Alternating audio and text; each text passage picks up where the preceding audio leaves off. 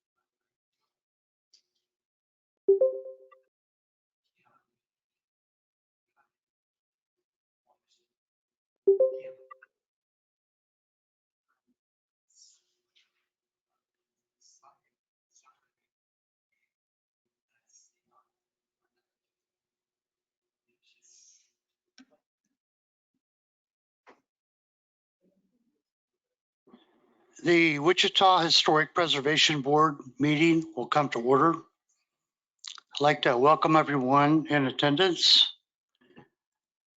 First item of business is roll call. I would like to start with District 1. Please state your district and your name.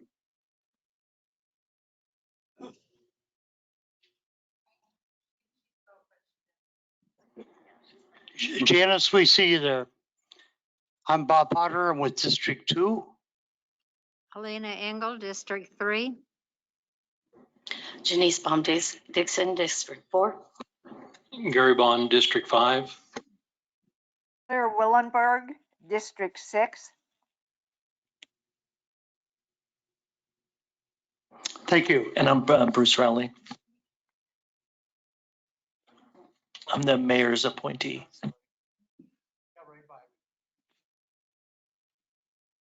Okay, the first order of business is the approval of the agenda. Can I have a motion to approve the agenda as written?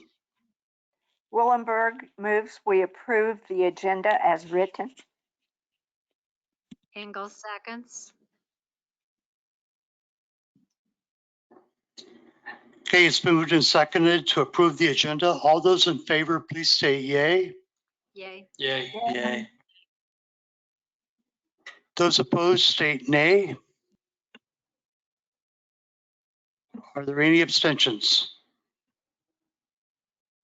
The agenda is approved as written.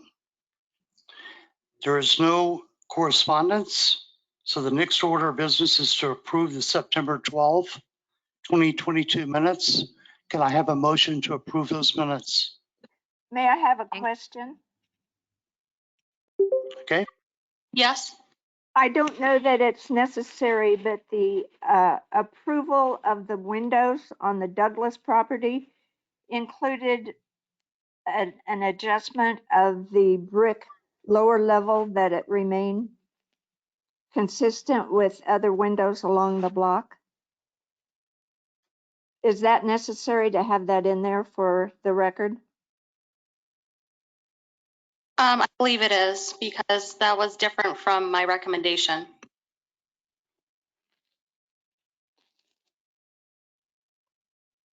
I'm sorry, does that mean I need to add a correction to the minutes? Sure. What is a correction?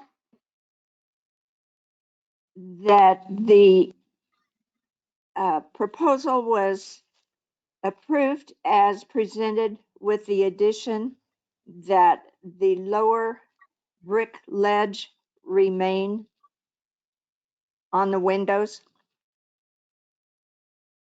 Okay, noted. I'll make that correction. Thank you. With that correction, do I have a motion to approve the minutes? Engel moves the corrected minutes be approved. Rich seconds. It's been moved and seconded to approve the the September 12, 2022 minutes with one correction. All those in favor, please state yay. Yay. Yay. Yay. Opposed, state nay. Are there any abstentions? The September 12, 2022 minutes are approved with the correction. The next item is public comment. We ask that if there's a public comment that you keep your comments to 3 minutes. Does anyone wish to speak?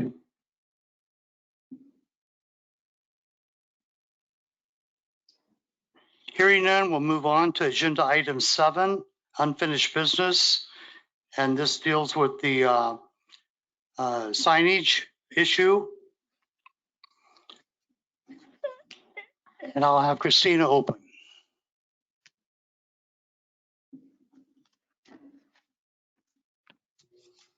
Good afternoon, everyone. Christina Reith, Associate Planner. We are revisiting HPC 2022-84. The applicant is Palmer Partners LLC with Brian Kirkland Miracle Signs as the agent. They are requesting 7.5 foot by 7.5 foot neon signage on the south elevation of a building whose property address is 129 and 121 North Mead Avenue. And the recommendation by the historic preservation staff is to deny. The property is a contributing building within the Warehouse and Jobbers Historic District, which is listed on the National Register of Historic Places. It is also within the Old Town overlay. And according to the Historic Preservation Plan, there are architectural guidelines for the Old Town overlay, which are shall be reviewed by the Historic Preservation Board in accordance with these standards. The architectural design guidelines for the Old Town District. The Historic Preservation Committee has reviewed this application and found that 5 design guidelines that apply to the subject site have not been met. Those guidelines are that sign lighting should be compatible with the historic character of the street. The light for a sign shall originate from an indirect source. Light shall be directed at the sign from an external shielded lamp. A warm light similar to daylight is appropriate, and use neon in limited amounts so that it does not become visually obtrusive. I also have an additional packet that comes from the code, which I've passed out to you guys. There are extra copies here, and it talks about how individual letters may be backlit.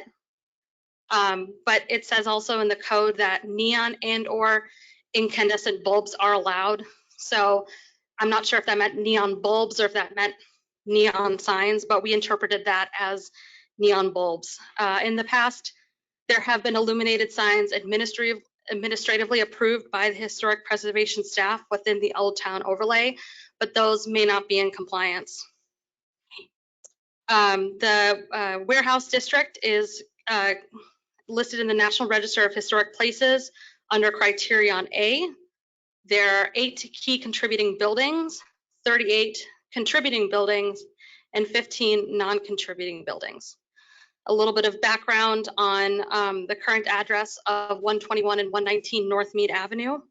So it was a 1905 brick warehouse, and it was originally 3 stories with a full basement. However, after the 1911 fire, all that remained were 2-story exterior brick walls and the basement. Noted Wichita architect Fred McCoon revised his design for the new building to incorporate the extant 2-story brick building using the brick walls for the original basement. Let's see. So based on the Old Town Overlay Guidelines, staff recommends denial of this application. And let's take a look through the photos here that I have.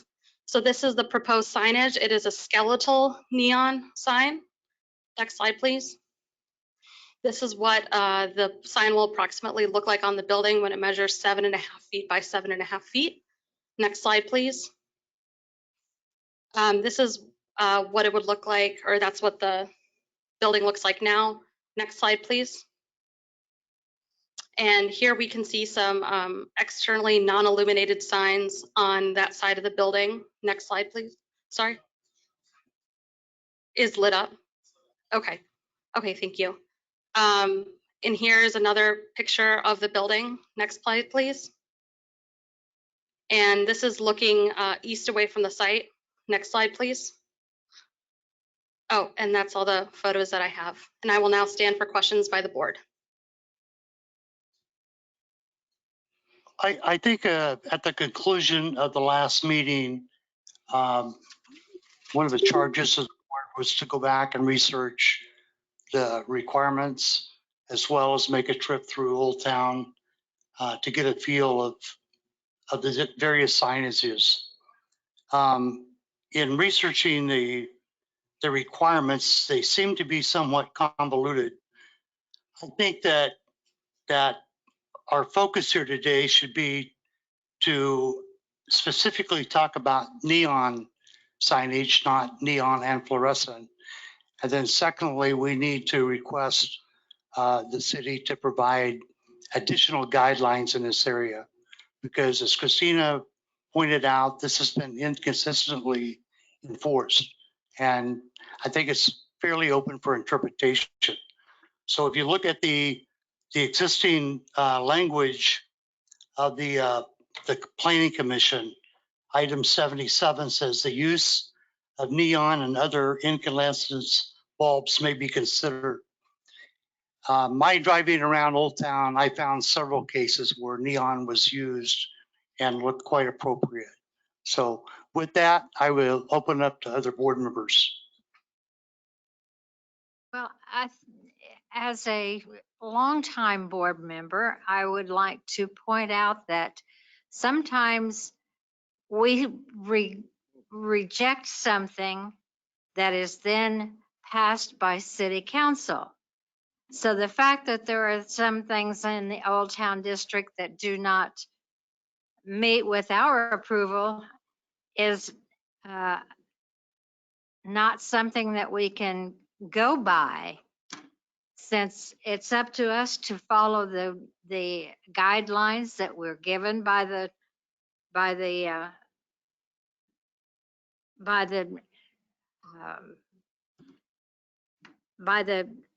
people that are in the know, and whatever is done after we make our decision is something that we have no control over. Yeah. So in my conversation with the staff, I don't recall, or staff doesn't recall any cases that have gone to city council after the Historic Preservation Board meeting.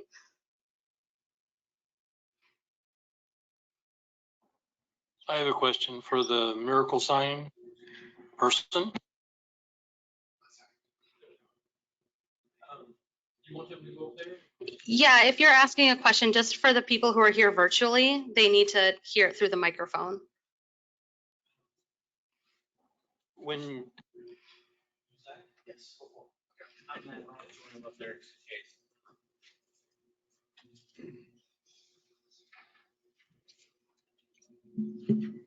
I'm Zach, and this is Matt Roth. Well, Zach, I'm going by memory when you were here last time. Uh-huh. And you briefly said that this is not a neon sign, it's something else, but I can't remember what you called it. No. You said it was similar to a neon sign, but now we see that it's a neon sign. So can you explain that? Yeah, I did not state it wasn't a neon sign. It is a skeletal neon sign. So what I had said was that it is not fluorescent or backlit. So, Okay, thanks for explaining that. I just had it wrong here. okay. And just to clarify, skeletal is the neon actually being seen in the sign, not backlit. If that makes sense. It's exposed. So It's like exposed. if you were to look at Hotel Old Town, that's a skeletal neon sign. All of the signage on the Warren, City Arts, that's skeletal neon. Heroes, that was a skeletal neon sign. And it's very prevalent in the Old Town area. So that means that the bulbs, you could see the actual glass bulbs that Right. are neon. That's the ones that are not skeletal, right? Or is that called skeletal? When you can see the bulbs, that's skeletal. That's skeletal. Yeah. Okay. And it would have been very prevalent in the 20s when neon came to the Wichita area. Yeah. I think by looking at that picture there and, just visually looking at it, you can't see the little tubes, and I think it gives a little question mark to us. Yeah. You can see if can I go to the previous page? Or? Yes. Is it previous slide? Previous slide, please.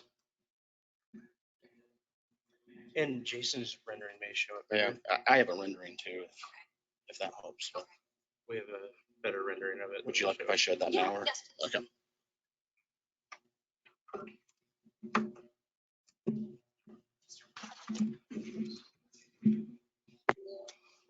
This is Scott Wadle, Planning Department Director. And I just wanted to comment that this is a difficult case. And I think part of the reason why, and Christina's pointed it out in her presentation, but I just want to highlight it, that we have two documents essentially that we're working with. We have what's in the municipal code and talks about what signage is allowed in Old Town. And then we have a second document, which I think was from 1998, if I remember correctly, and that is the Old Town Guidelines. And the language in both of them, as we're going through this, doesn't. I think there's some areas for interpretation here where they're not quite lining up. The third thing I would encourage you all to take into account is also past precedent in terms of what's been approved and what exists today in the Old Town area. And so as staff, we're very, very grateful to have you all here to hear this item because we need some help on interpreting this and which way it should go. So just those three things really to consider, the two documents and past precedent. Hopefully that helps you kind of frame what the issue and what the question is.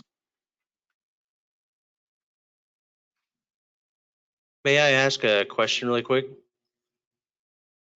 Just to the whole board.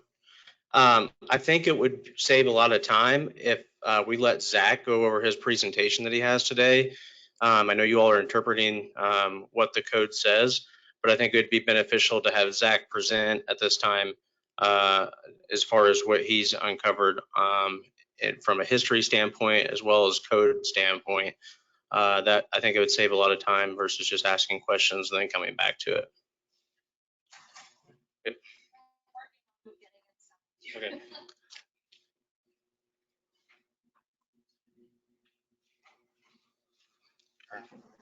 Before you do that, I have a question. When just looking at the drawing while they're getting that set up, do you have an idea of what percentage of that wall that sign covers?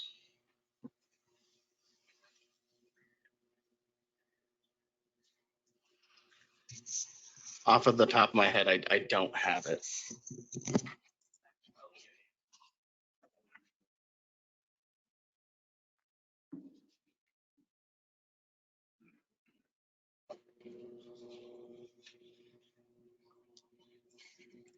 Have to be on the meeting. Have to be on the meeting. I think so. Is there any way I can? Yeah, because typically when we plug it in, it It shows. just goes over there. There's no like. Typically, this is So when I plugged this in, that went out. easy.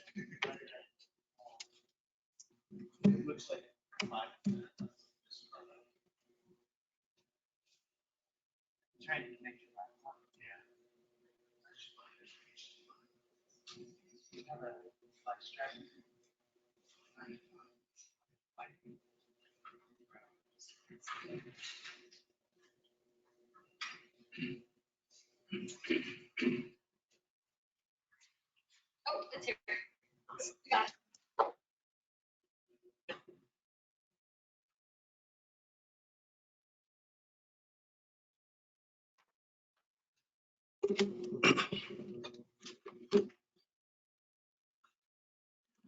All right.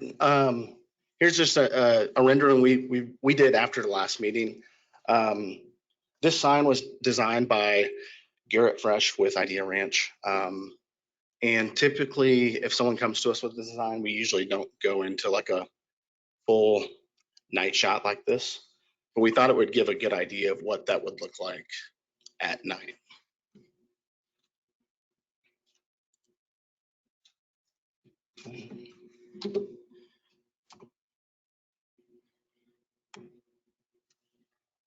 So I'm trying to switch slides here.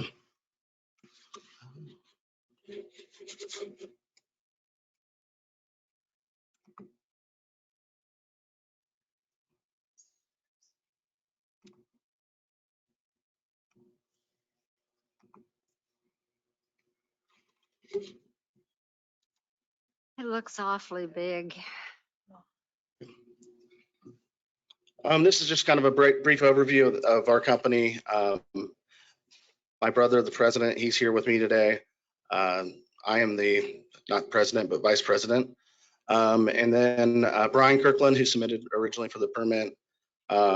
He's our general manager. He has over 25 years of experience in the sign business. And I will reference Tim McFall, one of our fabricators who has over 40 years of sign experience or neon experience and learned to bend neon from somebody that bent neon in Wichita since the 40s.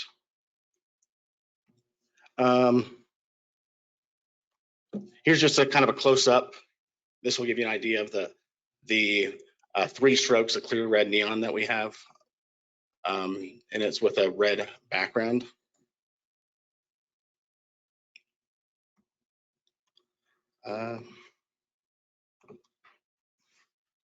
Here I've highlighted what MAPD is interpreting the guidelines that this sign does not meet the guidelines of the sign lighting should be compatible with historic character of the street. The light for a sign shall originate from an indirect source. Light shall be directed at the sign from an external shielded lamp.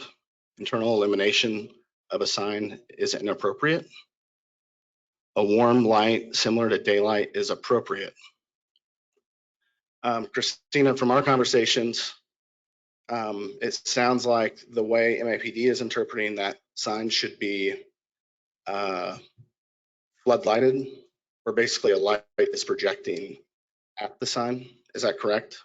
That's correct. Okay.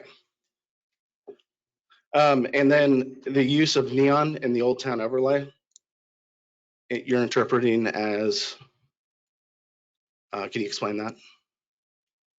Sorry, can you repeat that? I zoned out. Okay. As far as neon is considered in the Old Town overlay, how is the MAPD interpreting that? So the MAPD interpreted number 77 that it's the use of neon bulbs to be, that would be the light for the indirect source. Because it says neon and or incandescent bulbs. So I'm assuming neon is an adjective here for bulbs. So from my conversations I've had with Dave Burke, who is one of the co-authors of this guideline, he's here today. Dave has stated to me that the use of neon is a replacement for line item 76. So instead of a flood lamp or flood lighting, neon would be permissible. I also have included, or one of the things I state in here on the right-hand side of this page is neon would not be used for flood lighting just because it would wash out the lettering or the logo. And we did some homework here. This is from the signage source book. It explains how to floodlight a sign. And one of the things it says to use is incandescent light, metal halide, or fluorescent. One of the lights that is not mentioned in this paragraph is neon. So this is a book on how to build and make signs. So.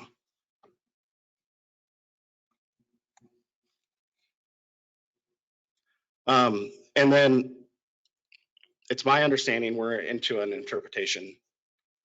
We have one of the original co-authors here who can talk about, he'll talk about this later, about how this is intended to use neon in all forms.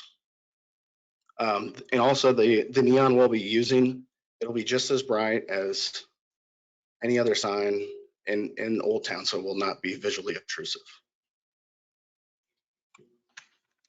One thing I found interesting from the guidelines is if you look at this photo,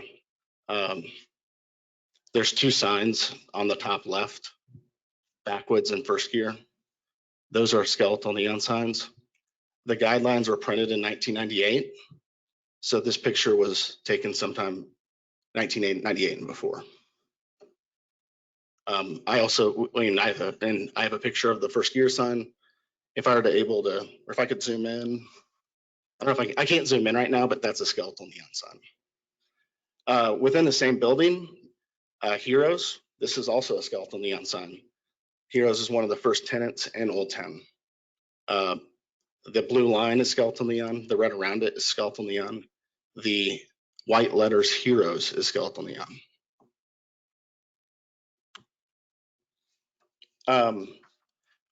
Through conversations with Christina and MAPD, one of the things we've talked about is the theater district. And when you read the amendment, there is no mention of neon, not one. What it calls for is illuminated signs may contain flashing and moving elements and may change brightness, but such signs shall not include strobe lights or any lights which could be mistaken for emergency vehicle lighting. Our sign will not be blinking or flashing. A sign or part of a sign may move or rotate. A theater marquee sign may be backlit, may be plastic, and may project more than 8 feet from the vertical plane of the building.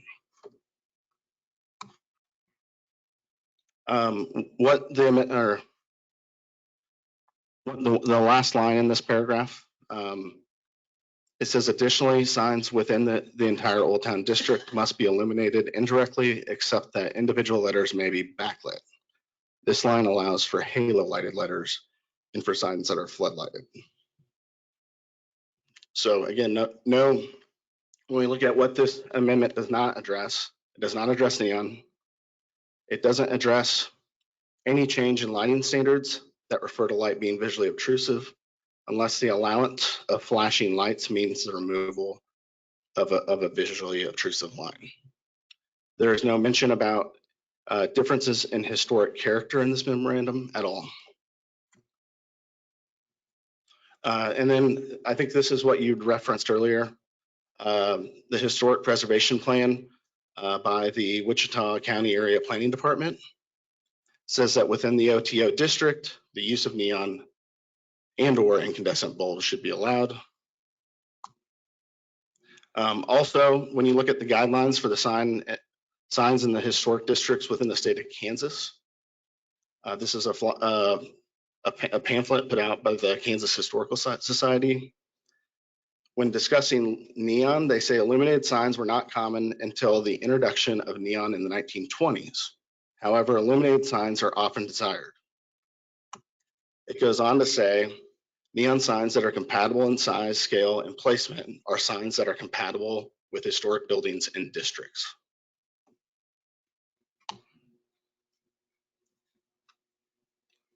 So as far as interpretation goes, I'd like to have, Dave, are you able to speak, or DJ?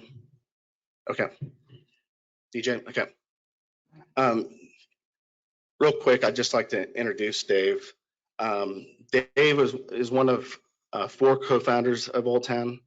In addition to co-founding Old Town, Dave was a co-author of the architectural design guidelines for the Old Town district, which we're discussing today.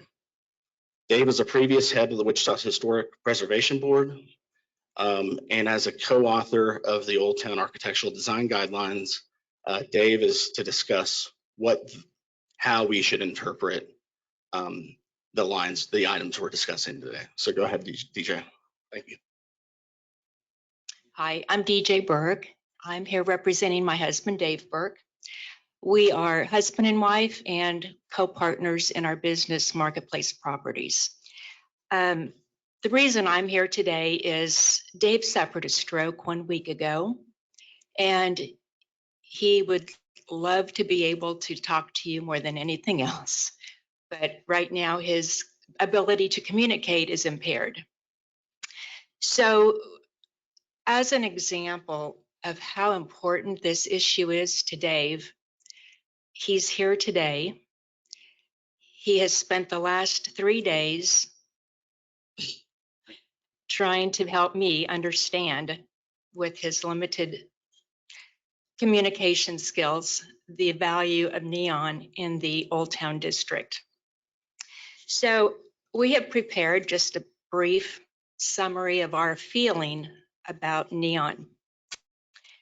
Interpretation of guidelines for the past 30 years has supported the use of exposed neon and set a precedent, which has allowed businesses to have signage that conveys their brand, their commercial personality, and in turn, their economic vitality. The use of exposed neon in the Old Town area has been an integral part of who we are as a district, and a part of the reason we've received 2 national awards for smart growth achievement and great places in American neighborhoods. It is our belief as Old Town founders, developers, business owners, and now residents, as well as being passionate supporters, that the use of exposed neon brings not only light, but color, expression, and vitality to our neighborhood.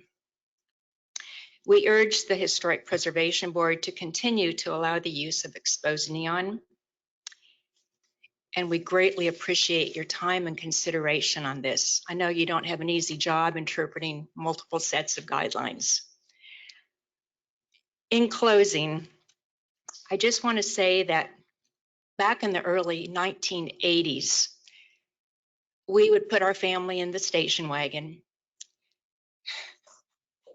and we would drive up and down the streets of what is now Old Town. It was dark. It was falling down. It was a little bit scary to take kids down there, but we did it. And Dave would talk about his vision for what this area could look like. I have to say that 40 years later, it has come true. And now that we live downtown, I can't tell you, I know this sounds corny, but I can't tell you what fun it is to look out at night and see color and see light and see signs of life. And for those reasons, I urge you to consider allowing exposed neon in our area. Thank you. Thank you very much.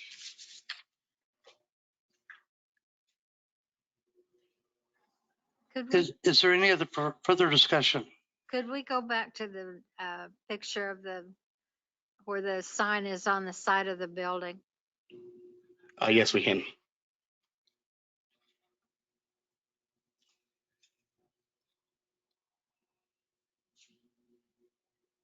You know, in our guidelines, it says building signs should be located so as not to dominate the building or so as to emphasize the architectural elements and should not obscure architectural details or cover windows or moldings.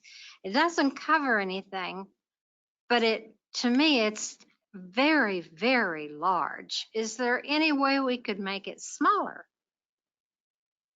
It would, if you were to do that, it were to lessen its visibility from Douglas. If you were to look at,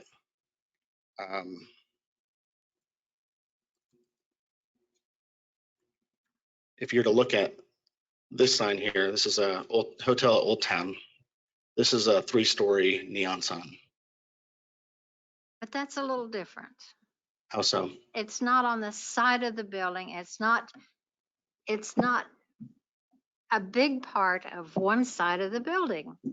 And that the one that we're looking at is a very large part of that side of that building. Matt, what percentage did you say that was of the building?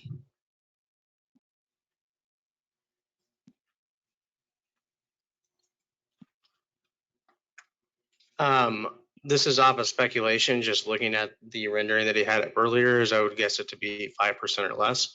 I'm waiting on my designer to look at that and send me a text message, but I haven't heard back from him. But I think ultimately, if we're discussing size, that goes down to permitting with the city and what's allowable. Zach can also show you another photo, because when you look at the OTO, it doesn't necessarily mention specifics to size. But when you do look at that amendment, or that memorandum that was done in 2002, is that 2001? That was obviously directed for the Warren Theater that was placed, that was built around that time. Is that correct? Around 2000. Dave, do you know that by chance, when the Warren Theater went in? No. But you can tell that that's what it's going towards. And I want Zach to pull that up so you can see how large that signage is and how much neon is on that sign. Theater things are much different than just the plain buildings. So if you look at the amendment, there is nothing in there that describes exception for size. I can pull that back up again, but yeah.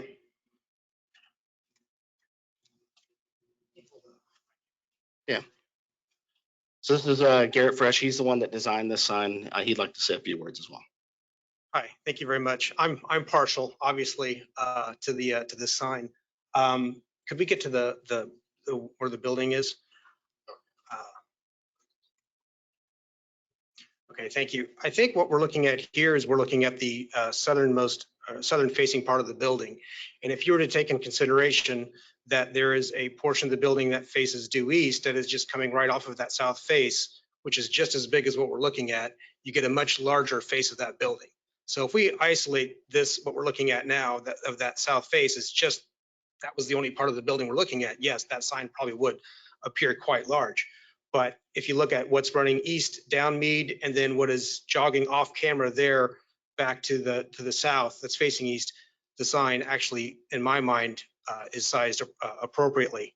But again, I'm partial because I designed the logo, I designed the sign, and you know, I have a huge love for Old Town. I have a huge love for downtown. I'm born and raised Wichita, Wichitan, and I remember growing up and knowing that the Old Town district, when it was just the warehouse district and it was nearly abandoned warehouses. And so seeing it come alive and working on the signs through the years, I actually worked on the Hotel at Old Town sign, the Grant Telegraph Building sign, the Old Town monuments that are downtown across from the Farm and Art Market building. I've worked on a number of signs down there, and in my mind, they do nothing but beautify the area. And if something like this speaks to the vitality of downtown, it is not necessarily advertising for us. Honestly, we advertise national clients like Carhartt, Under Armour, Cargill, Fidelity Bank. So I could argue that maybe only a small percentage of people that see this sign are actually our customers. So what we're doing is we're making a statement on this building, not to Idea Ranch. Yes, we are, but it's a statement for downtown. It's a statement to its vitality, to how long we want to be there, and how much we believe in Old Town, and it's our commitment to Old Town. So where we didn't make a 20 foot by 20 foot backlit sign with motion. No, we didn't do that. We tried to do something that was tasteful. We tried to do something that would reflect both the aesthetics of the building and speak to its authenticity of our company. So I wrote up a whole thing. I'm not going to bore you guys with what I have. I do hope that you consider the sign because it, in my mind, the red is not bright. It is a nice touch of color to the area. Again, I hope you consider it. Thank you so much.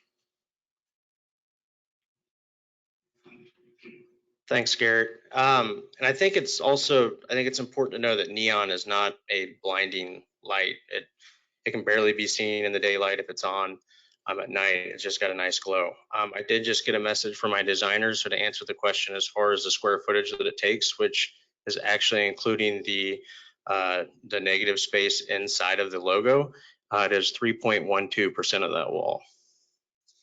But I think when it comes down to the size, I think it's important when you look at the original OTO code that it calls out that the neon is to be used but not obtrusive, which is unwelcoming. When you look at the amendment that was made when the Warren Theater went in, there is nothing that says anything about the acceptance of large amounts of neon or a large sign. It just discusses flashing lights. I think that's a key point that should be considered.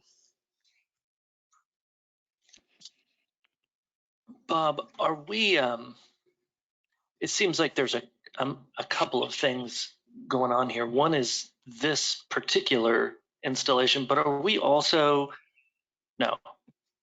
We need to address this specific issue, and then this part of our conversation is going to be for the future.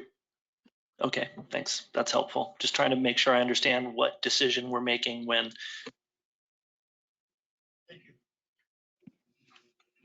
I have a Can we get our comment. board back on the screen? May I have a comment also? You mind if I leave this? Or we're waiting for that, or is there any further discussion? Yes, Well, I have a comment. Go ahead. Go ahead. You have the floor, Claire. Okay, I would agree with Elena that the size of the signage distracts from the architecture of the building and is obtrusive. I think it could be smaller and still be very visible from the street. Personally, I don't know why you want to, unless you're screening all the air conditioning and mechanical equipment, which would be great. I don't know why you want to draw attention to that side of the building. But I do think the precedent has been set. I think it's very ambiguous, the guidelines that we have.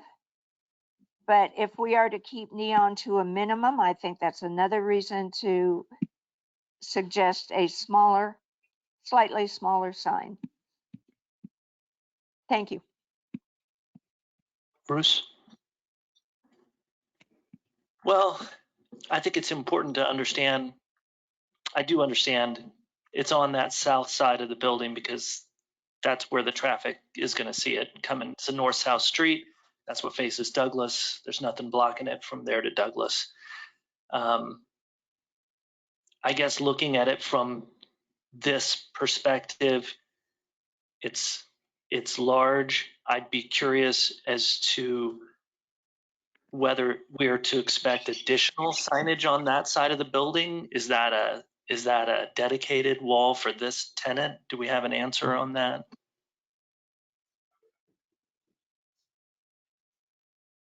Well, I don't just mean from you, I mean at all.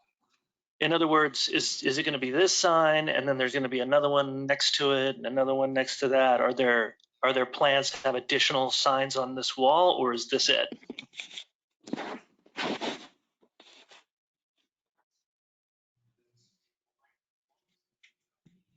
Well, that answers my question.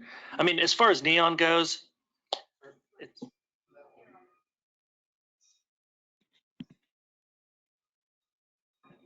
as far as neon goes, I was living down there when it was all dark as well, in a warehouse in 1986. And the most exciting thing that ever happened back then was a building caught fire. And so it is really exciting to see the neon. I think of neon as being period lighting. So I think that works. And looking at it from this perspective, standing back from the building, the size doesn't bother me as much as it did when I was looking at it a little closer. It's always difficult in these renderings, but overall, I think it's been a great presentation, and certainly a lot of research done into showing all the different signs that exist down there. It's fun. It's actually been fun to see them all again. So with that all.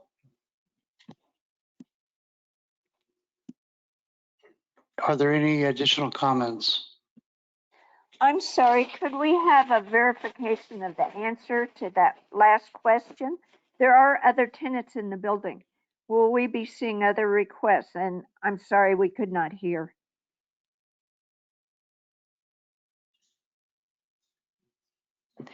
In answer to your question, there are no signs, there are no plans for additional signs on that side of the building.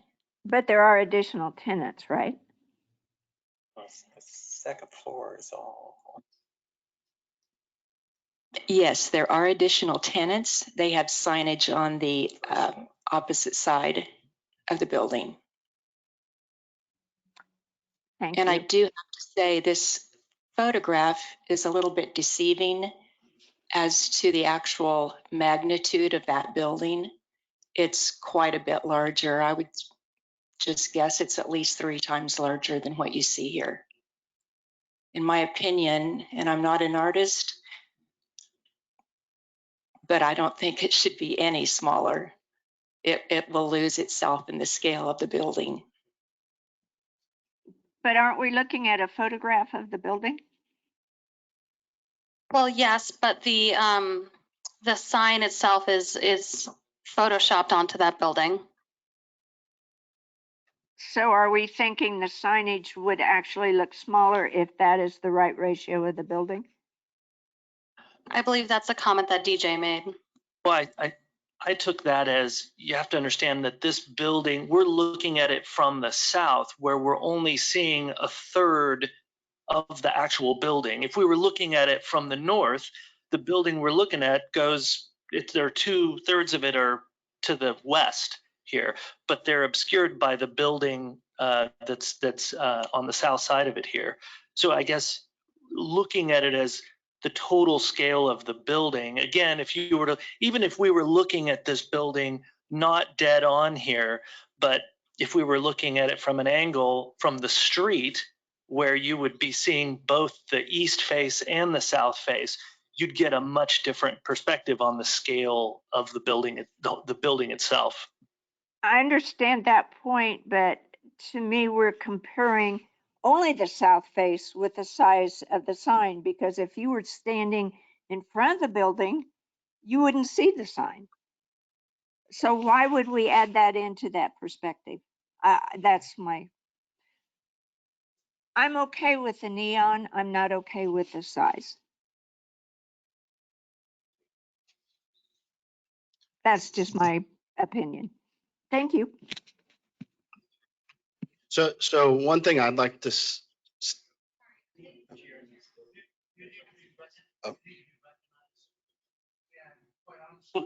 Quite honestly, I'd like to call the question. We've discussed this to the point where I feel like we're going in circles. I would like to make a motion that we accept the application as written. I'll second that. The motion has been moved and seconded. I'd like to request a roll call vote. Janice Rich, please, in your roll call vote, please state yay, nay, or abstain. Janice, how do you vote? Yay. Gary, how do you vote? Yay. Robert Potter, District 2, I would vote yay. Elena votes nay. Engel votes nay. Chris Engel, nay. Christina? I'm sorry, Claire.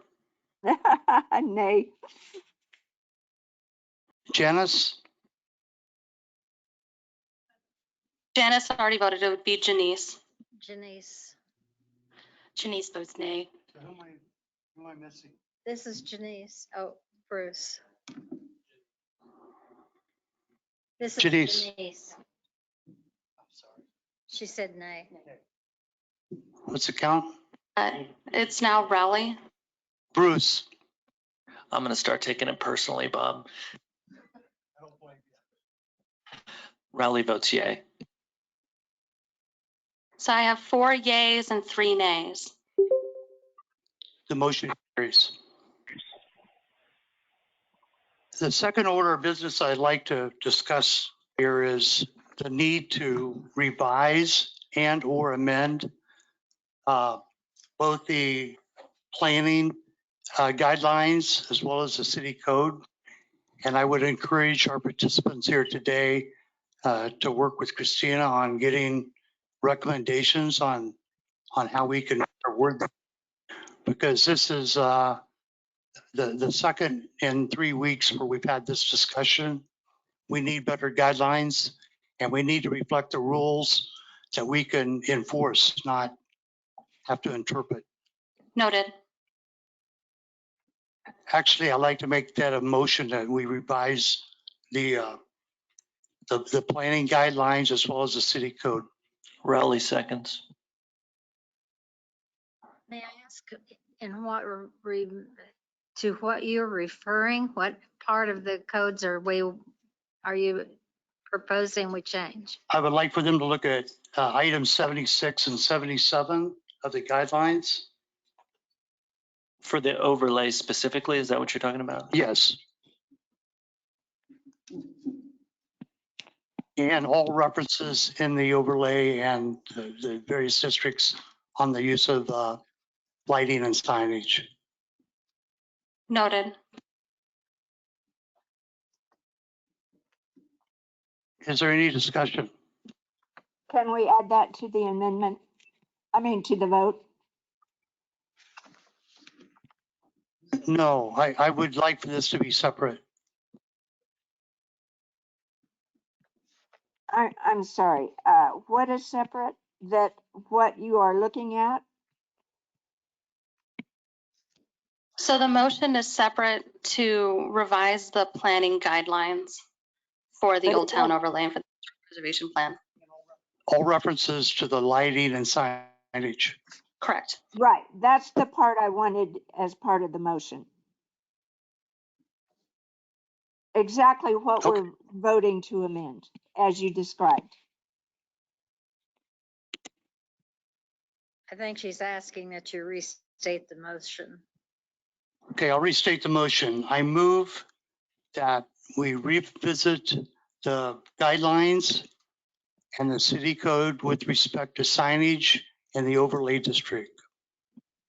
Raleigh seconds.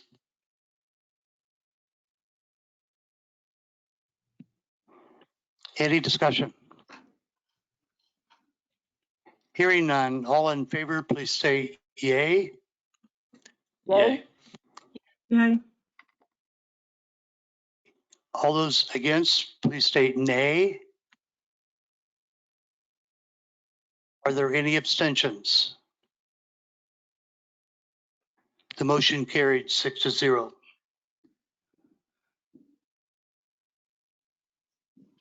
Seven zero. 7-0. That's all right.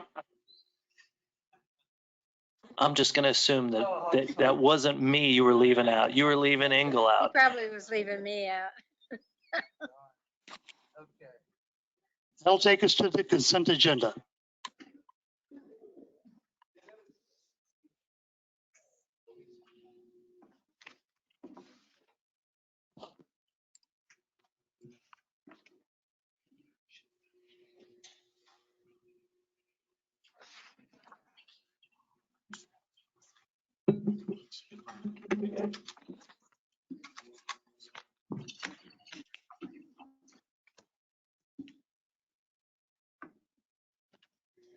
Christina Reith, Associate Planner. The following items were approved On consent, according to KS, oh, I don't have the exact code in front of me. I apologize. HPC 2022-94, replacement of a 5-ton air conditioning unit and 120,000 BTU gas furnace at 151 North Rock Island. HPC 2022-96, replace 5 drains and waste openings at 1523 North Fairview. Refrigeration work at 124 South Broadway, according to HPC 2022-106. HPC 2022-107, replace the roof with a TPO on 2320 East Douglas, which we'll later hear today. HPC 22-108, change out the rooftop HVAC unit with one of the same size at 506 East Douglas. And HPC 2022-109, replace replace external AC unit on a non-contributing building. Yes, we are already at 109 historic preservation reports. This is at 1110 North Emporia. Engel moves that we accept the consent agenda in accordance with KSA 75-2715-2725 as amended and section 2.12.1015-1025 of the City of Wichita Code of Ordinances. Do we have a second? A second. Rulenberg, second. It's been moved and seconded to approve the consent agenda. All those in favor, please state yay. Yay. Yeah. Okay. Against, please state nay. Are there any abstentions? The motion carried to approve the consent agenda 7-0. Which takes us to project review. The first item is HPC 2022-00101. Good afternoon, everyone. I have Bel Air Apartments LLC as the applicant and Daryl Lefew as the agent for this project. And they're requesting to replace all the second-story windows and mullions with aluminum-clad windows and mullions. The subject property is zoned LC Limited Commercial District. It's also a contributing building on the Ash Grove Historic District, which is on the National Register of Historic Places, and staff recommends approval of this application. So the applicant has notified the historic preservation staff that the current windows are beyond repair because, as you know, with the standards, they should be repaired rather than replaced. However, if they are beyond repair, then we want to match as much as possible in terms of texture, material, dimensions, profile, and so on and so forth. So a little bit about this building. This is the TJ House Grocery Building. As I mentioned before, it is a contributing building. And the facade that you see here is from 1940, but it was originally constructed as 2 separate buildings in the early 1920s. So on the western half of that building, there's a 1914 Sanborn map that illustrates a small frame building, or sorry, that would be on the eastern half of the building. And then between 1914 and 1935, 2 new commercial buildings were built. The west building was constructed in the early 1920s and it had 3 commercial bays. The 2-story brick building has a 1940 red brick facade combining 2 formerly separate 2-story buildings. The red brick facade features square stone panels at the corners of the storefront and upper windows, as well as subtle brick detailing and corbelling at the cornice. Based upon the Secretary of the Interior standards for rehabilitation, staff recommends approval of this application. I'll reiterate standard 6 that says deteriorated historic features will be repaired rather than replaced. Where the severity of deterioration requires replacement of a distinctive feature, the new feature will match the old in design, color, texture, and where possible, materials. Replacement of missing features will be substantiated by documentary and physical evidence. So if we could go to the next slide, please, to show the windows here. Next slide, please. So as you can see, they're in pretty bad condition. Next slide, please. And some of the windows have already been taken out. The applicant has informed me that this was a safety hazard. Next slide, please. And this is looking away from the site. And I believe I took all the photos of the exterior.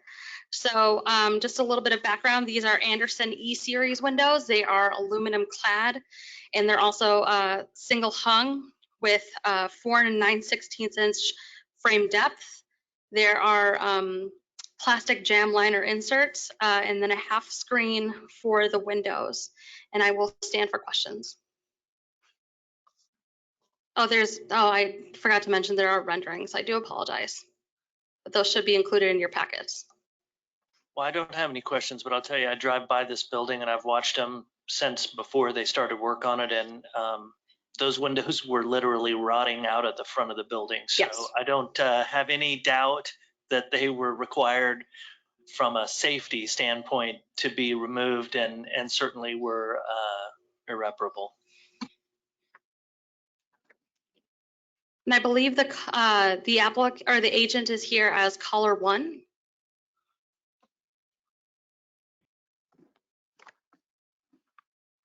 Do you have any additional comments you'd like to provide for the board? Oh yeah, hi, Daryl Lakeview here. This is the applicant.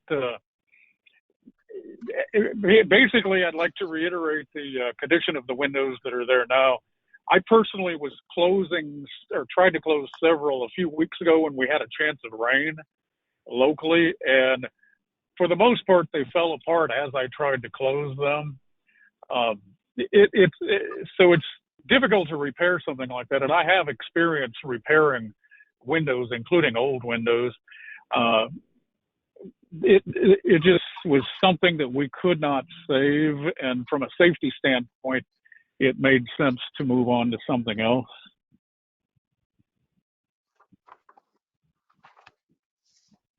I saw some reference to mullions somewhere, but I don't see mullions in any of the pictures. Was that left out? Was that something you decided not to put in? They look great just the way they are. You might need to move the microphone a little bit closer. I'm sorry. I noticed that it said something about mullions on the page 2. Okay, good. And I don't see pictures of mullions on any of the pictures, so I wondered if that was something that you had changed your mind about, or actually it looks just fine just the way it is, but I just wondered if that was going to be done or if it was something you decided not to do.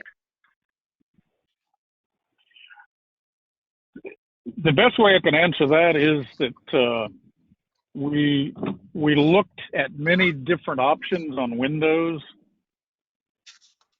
and even though there's a lot of choices for windows, something that would fit the design of the building as closely as possible in a modern window made it a little difficult. We still, as you see in, and I don't know what I don't see the page numbers, but on the technical data we provided, some of the windows, multiple windows, do have mullions involved. The renderings were done before we found windows and do not necessarily match exactly what we're putting in, but the technical data we provided is an exact representation of the windows we want to use. Okay.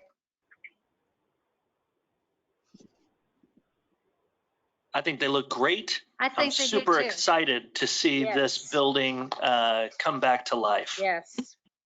They look very nice. We would like to have a motion to approve the staff recommendation. Rowley moves to approve. Engel seconds. It's been moved and seconded to approve HCP 2022-00109, 101. 101. All those in favor, please state yay. Yay. Yay. Yay. Opposed, state nay. Abstentions? The motion passed 7-0. Thank you all very much. Thank you, Daryl. Thanks. Bye-bye. Next item on the agenda is HPC 2022-102. The applicant is Wichita Public Schools Superintendent, and the agent is with us today with Ron Sign Company. And they're proposing to install a 14.5-foot by 8-foot pole sign with a 35 square foot LED board. It's zoned TF3 two-family residential, and the property is listed on the Wichita Register of Historic Places. And the recommendation from the staff is to deny. However, we do have some alternative recommendations that I'm going to present to the board. So the proposed sign will be placed on the south side of this property, very close to where, or right off the access drive. So does my mouse work here? Yeah, so, yep, so right around where that mouse is hovering, it'll be around there. There will be an additional non-LED sign on top of the LED board that will have the Wichita North High School logo, and that will measure 2 feet by 8 feet. I wasn't looking at your picture when you were talking about where the. So it'll be placed right around here where can you see my mouse? Yeah, I can now. Okay, Yeah. so it'll be right around there. I do have another picture of where that's supposed to be, but we'll go through the photos. Okay. A little bit of background on this building. Wichita North High School is a 3-story Art Deco building that was completed in 1929. That was opened after the Wichita East High School and the Wichita High School were overcrowding, and so they had the option to expand to another school. It has a face brick exterior wall material, a reinforced concrete foundation, and a tile variegated pitched roof. The school features a prominent tower with windows and reliefs at the top. It has steel windows and a polychromatic terracotta and sculptures and smooth Kansas Silverdale stone along the sills and in bands around the roofline. It was constructed, or the architect for this was Glenn Thomas, and some of the sculptures that are featured in North High School are by sculptor Bruce Moore. He has a lot of prominent sculptures throughout Kansas, and then Honolulu's National Memorial Cemetery of the Pacific. And a little bit of case history here. So the school was added to the Wichita Register of Historic Places in March of 1979. There's a lot of different changes that have happened to the building. So it looks like there was an ADA compliant ramp in 2016, some terracotta repair at the school's tower in 2002, re-roofing parts of the building in 2020, removing the smokestack due to safety issues in 2021. And then this, so once it goes through the Historic Preservation Board, whatever you guys recommend, they'll also need to apply for a variance to allow an electronic message sign within a historic district. And it's currently in review as an administrative adjustment by the planning department.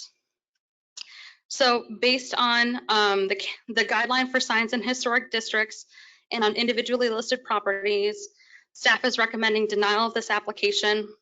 However, it is staff's opinion that the proposed metal and LED pole sign is not compatible with the building's historic terracotta and masonry materials, polychromatic features, size, scale and proportion, and massing. However, I do have some alternatives. One is that we keep the LED board, but we have it be a monument sign instead, and that we were able to implement some materials that are more compatible with the district, because I do understand the schools need to advertise important events and upcoming dates and so on and so forth. The applicant also has the option of placing the sign outside of the parcel that the school is on, so it doesn't even have to go through the Historic Preservation Board. And then you guys can also recommend alternative designs and present them to the applicant and then form a design review committee for that. And with that, I will stand for questions. Do you have any pictures of what you have in mind? Oh, yes. Let's go through the photos, please. I'm sorry. So this is the back of the building. Next slide, please. There's the famed beautiful tower. Next slide, please. And this is, I believe this is a newer addition on the building. Next slide, please. This is just the athletic fields that are non-contributing. Next slide, please. This is the donut shop across the street. Next slide, please. And there's a little Arkansas River. Next slide, please. And another parking lot. Next slide, please. And this is what they're proposing. This is where the sign will be placed in relation to the school.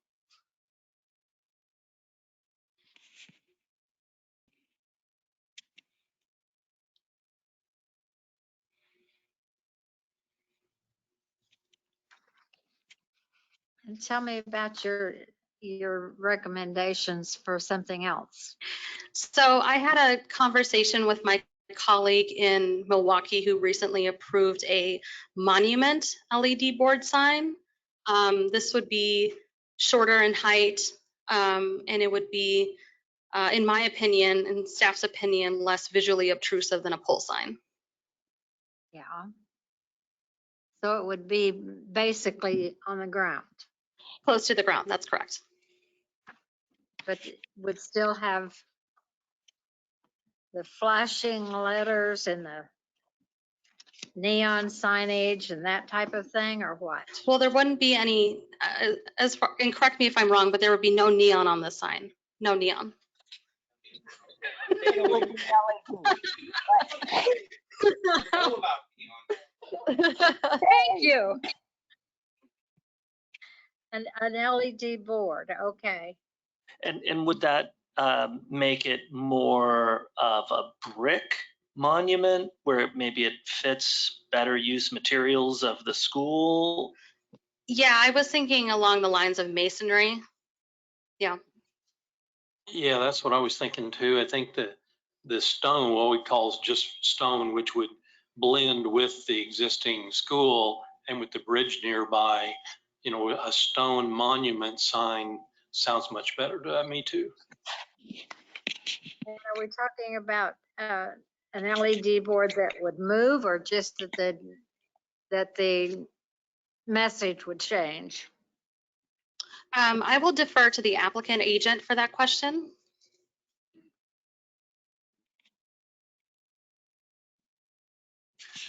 My name is Anders Herpelsheimer. I work for Ron's Sign Company. The board itself will not move. It'll be in one position. The messages will change. We will follow city code protocol on how long the duration of a message can be, because obviously you get into, if you change messages too fast, it starts to look like flashing lights. So we stay away from that. We have a letter of now I'm drawing a blank. But a letter that says from USD 259 that says they will abide by the city rules for message lengths, changing the brightness from day to night, so it's not overbearing. Once you change to night, the brightness will tone down and it'll look like a regular sign. If you put it in another location, would that be on 13th or right where the old Dillon's is, and that still property of the school system? So I've been in contact, because we got hired by a third party company that was hired by USD 259. So I kind of got a snake trail of how my messages get back. They talked about possibly moving it over there to 13th Street, the parking lot that's there across Rochester. Well, looking at the GIS map, I think that sign that's there is grandfathered in because it does not sit on the property. It sits pretty much between the property line and then the street.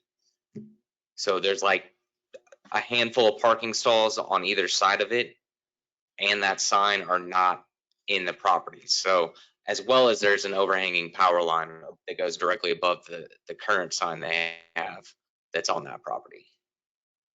Well, I think if they want to keep it looking like this, that it's appropriate to put it over in the parking lot. And if they want to do a stone monument one, that would be our recommendation, I think, anyway, to go back to them and say, get us a new design with something that's going to blend with the school and the bridge, and come back to us. Okay, as a nearby resident and graduate of North High, I don't think it has a place anywhere on that parcel. Number one, there are new studies out that this type of sign can be a driver distraction. That is a horrible location because there's a crosswalk right there. Students are going back and forth for lunch, as well as entry and exit from North High. It's a highly dangerous crosswalk already. There have been numerous near accidents and accidents there. We don't need that distraction. Number two, any kind of LED reader sign is going to distract from the architecture of the school and the historic significance. It belongs back closer to where the current sign is. Have no problem with that. I spent 15 minutes today, contacted about 7 people, and they are willing to get petitions of hundreds of people that would not want this on the grounds of North High.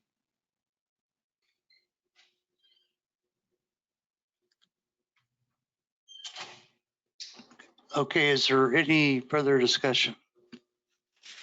I believe there's a comment from the public. Susie, do you have anything to add?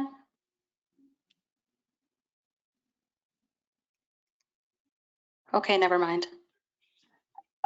I think you might have gotten some emails already, Christina.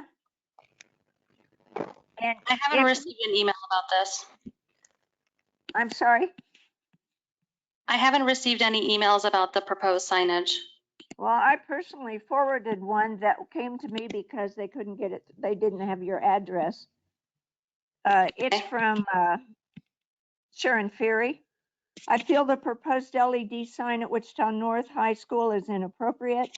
It distracts from an iconic building. It is unnecessary. The sign could be placed on other property district now owns near the school, such as corner of 13th and Waco. It would be more visible, yet less distracting to the building. Thank you for taking my comments into consideration. For the newer people, young people, Sharon is a past City Council District 6 representative and a past member of the Historic Preservation Board. Hey, may I ask you a question? So North High, they own all that property all the way to the corner of 13th and Waco? Yes. So almost any. 259 does. Okay. I was not aware of that, so. Yeah, there's a lot of locations further away from that crosswalk. I mean, you've got the bridge, which is a little bit of a visual block, and you've got, sorry, but you've got so many school kids who are just learning to drive, coming and they mostly drive to school there. Over 2,000 students. And so about 500 new drivers always are trying to go by there. And you've got crosswalks that are busy, and it's just a very poor location, either where Christina mentioned a little closer to this teacher parking, or where they are currently looking at putting it. It's dangerous, and it's not a good location historically. Hi, is it my turn? Yes, go ahead, Susie. I happen to live straight down Llewellyn Street, which if that street went through would cut right through where the sign is. And that is kind of an iconic scene where drive down that street, you have arching trees that show the tower up here.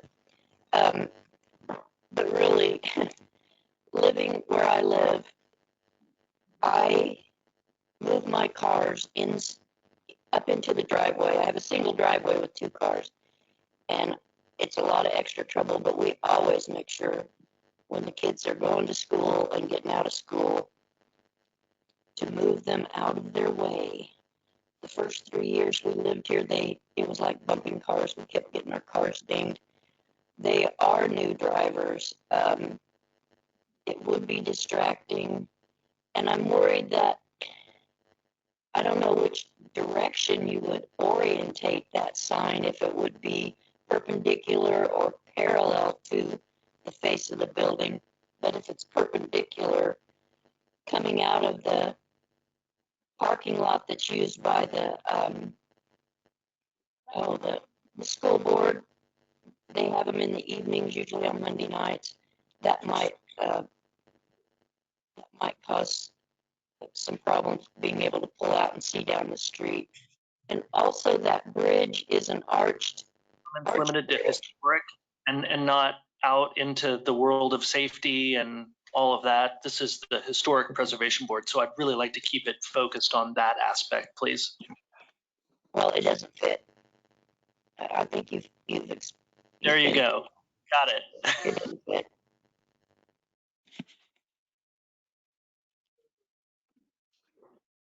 Okay, is there any further discussion on the staff recommendation? Hearing none, I would like for someone to make a motion to accept the staff recommendation of denial. Willenberg moves to deny the application. Engel seconds. It's been moved and seconded to accept the staff recommendation of denial. All those in favor of denial, please state yay. Yay. Yay. Yay. So I would like to point out that the applicant has the option of going to city council within 7 days. All those not in favor of the staff recommendation state nay. Are there any abstentions? Hearing none, the motion moves to deny the applicant. The vote was 7-0.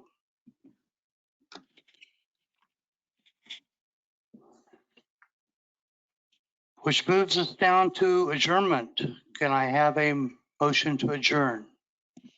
Engel moves that we adjourn. Willenberg seconds. It's been moved and seconded to adjourn. All those in favor say yay. Yay. Yay. Those opposed say nay. We are adjourned. Thank you, Good everyone. job.